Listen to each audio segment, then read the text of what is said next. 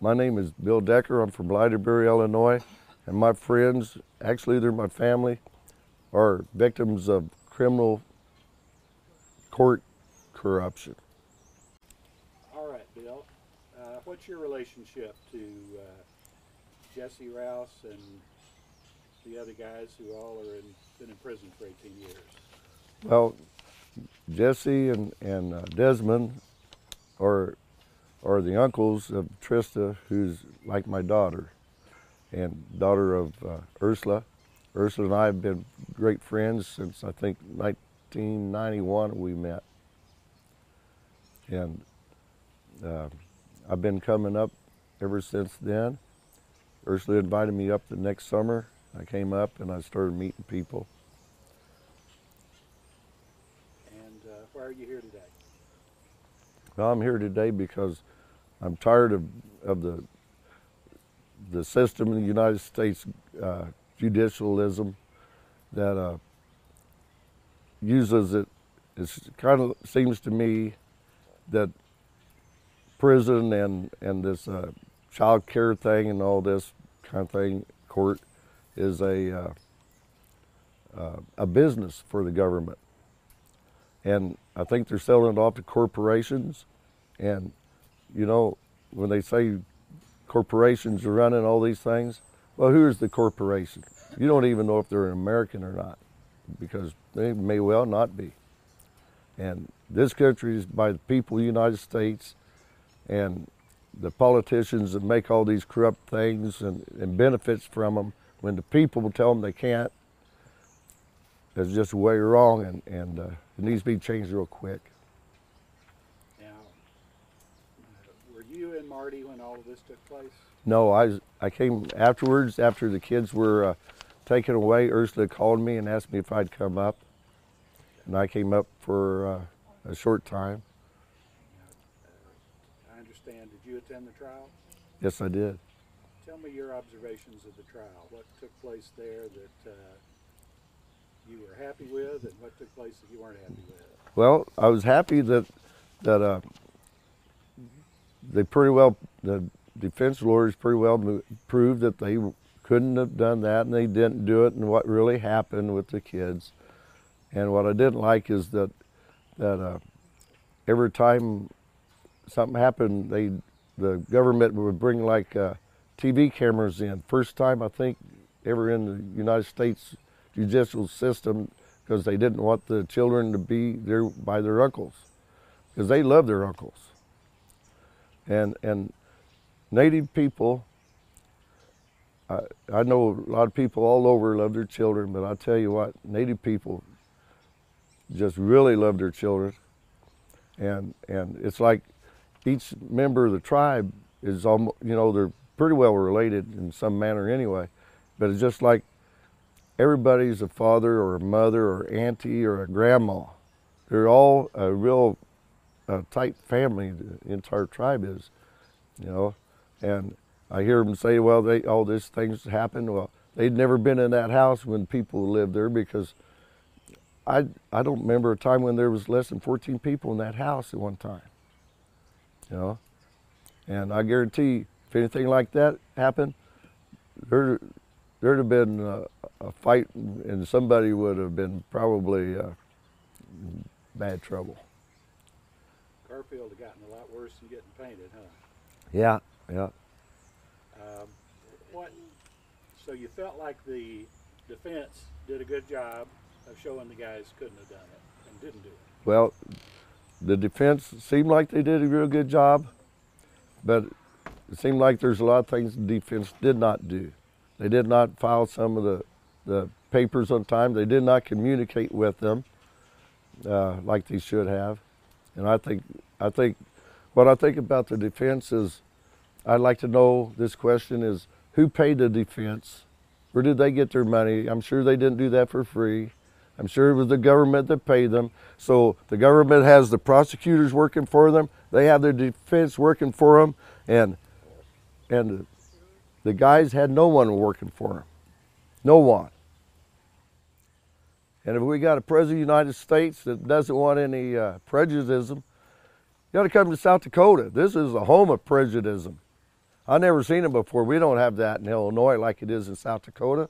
I've not seen it any place. I've been in lots and lots of states. I've been in like 3 countries. I've never seen it like this before. There's a hatred of white people. I saw it the very first day when I met Ursula. I met her. I picked her up on the highway. I was coming home from Sturgis to the big bike rally. I was going home, and she's walking along the highway. She wasn't hitchhiking or nothing. She didn't have her thumb up, but she had a bag and a basketball, spandex shorts too, and I give her a ride, and that was the story. I was friendly with her then, you know, and first place we stopped, she was hungry, so I bought her something to eat in a place called Chamberlain. There's like a truck stop, and they had like a store and then a restaurant next to it. But we went into the store first because she, you know, we had to stop because we had to go to the restroom. So when I went in the restroom, I come out and there's 2 guys in that store. I guess they run the store, and they was just staring at her. I'd never seen anybody do that to anybody before. I mean, where I live, there's black people, white people, but I've never seen anybody do that to somebody. And I thought that was odd, and we went in the restaurant and we become friendly, and there I did a couple magic tricks for her. She thought I had power then, I guess. But anyway, I saw prejudice right away, but I didn't. You don't usually see it unless you're in the company of natives and white people. And this jury had completely white people on the jury. There was not any minority, what I could tell. So how would you rate the jury on being a jury of their peers? Oh, I'd say there's no peers there whatsoever. You know, unless they had kangaroos in their pocket or something, I don't know. You've been friendly with the family for many years. I think this is 21 years. And how much prejudice have you observed in those 21 years? Quite a lot. Now, I think over the years it's gotten some better. I think when I first came up here, it was really bad. And at times now it's still really bad. It depends on where you're at and who it is. Because I believe everybody in the world is prejudiced in some way. And if they say they're not, I don't think that's really true. You know, you just have to deal with it. You got to get along and live with people. So what didn't you like about the trial? Obviously, the makeup of the jury wasn't good. What else? Well, the woman, her name was, I think, Karen Schreier. I think she was supposed to be the, I don't know if she's Attorney General of South Dakota. I read that in a book someplace about her at that time. She seemed like she was just starting to be a prosecutor, and she didn't really know what she was doing. You could tell whenever there's a stumbling block for the prosecution, she'd run to this lady. Her name was Michelle Tapkin, and that woman's a witch, I'm pretty sure. Yeah, that is an evil woman, and I'm sure she doesn't have any children, because who'd want to have children with that woman? I hope she's watching. Well, I hope she is too, the old bag. What was her role? Was she an assistant prosecutor? Yeah, I think that's what she was, something like that. But apparently she's the one that had the experience and knew how to do this. And I think this Karen Schreier used this case to become a federal judge. She's, at some time after that, a federal judge. And I would say it's a good old boy network of a sort, because I was reading up in books. It was like a directory of attorneys, and they have those in public libraries. And I looked up Wilka, and he was supposed to, there's a guy, John Wilka, I think, was a defense counselor. Well, this Karen Schreier worked for a law firm in the Sioux Falls for a guy. It was Wilka Company, and she worked for it before. So what do you think? And it seems to me that I looked up about, I think it's, what is it called, University of South Dakota. It's one at Vermillion. They all the prosecutors, the defense lawyers. This Bill Janklow, he says he's Wild Bill Janklow, but he's more like a pumpkinhead. But how come the United States government never investigated that guy, that Bill Janklow? Had been the governor for an ungodly amount of time, and young guy got to be governor, and airplane crash killed that guy, and Janklow become the governor again. You know what? I think that needs to be looked into a whole lot more. I think there's a lot of corruption in South Dakota and in the entire United States, and we can't abide by that. I had a couple great-great-granddads in the Revolution, and we ain't done if we gotta be, boy, we'll fight you.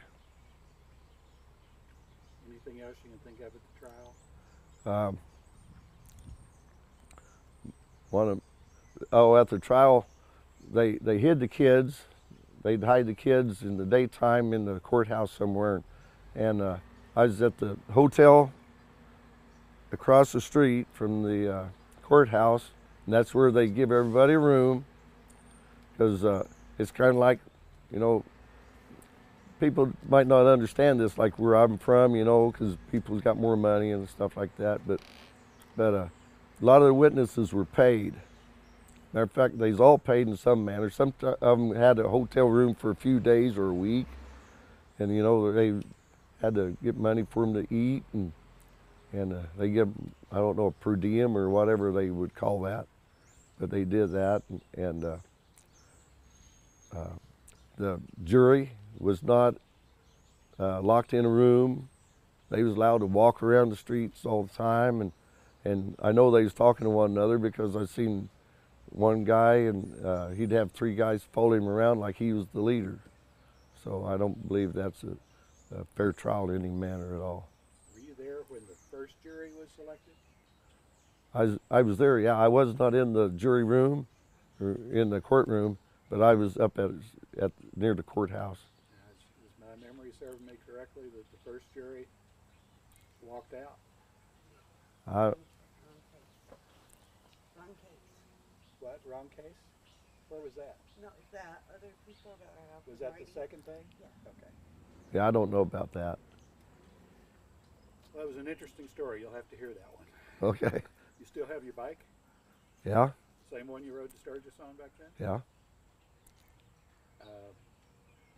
We ran into a bunch of folks coming back from Sturgis when we came back from Marty. Tatiana didn't know about it, so I had to educate her. That's quite an event. Yeah. All Yeah. right, anything else you want to say? There is, but if I could come to my mind at the time. Any doubt in your mind the guys are innocent? No, they're innocent, absolutely innocent. Talk Who to- should be in prison is Judge Pearsall, Michelle Tapkin, Karen Schreier. They should be in prison for at least 18, 20 years, maybe longer, for what they done to my daughter and all these other kids and their parents. They took them, you know, like that. What the heck? You can't be doing that in the United States. I mean, they did it. We're going to put something down on you, I'll tell you that. It's coming. It's coming now. Lawless America's in town. Lawless America is in town.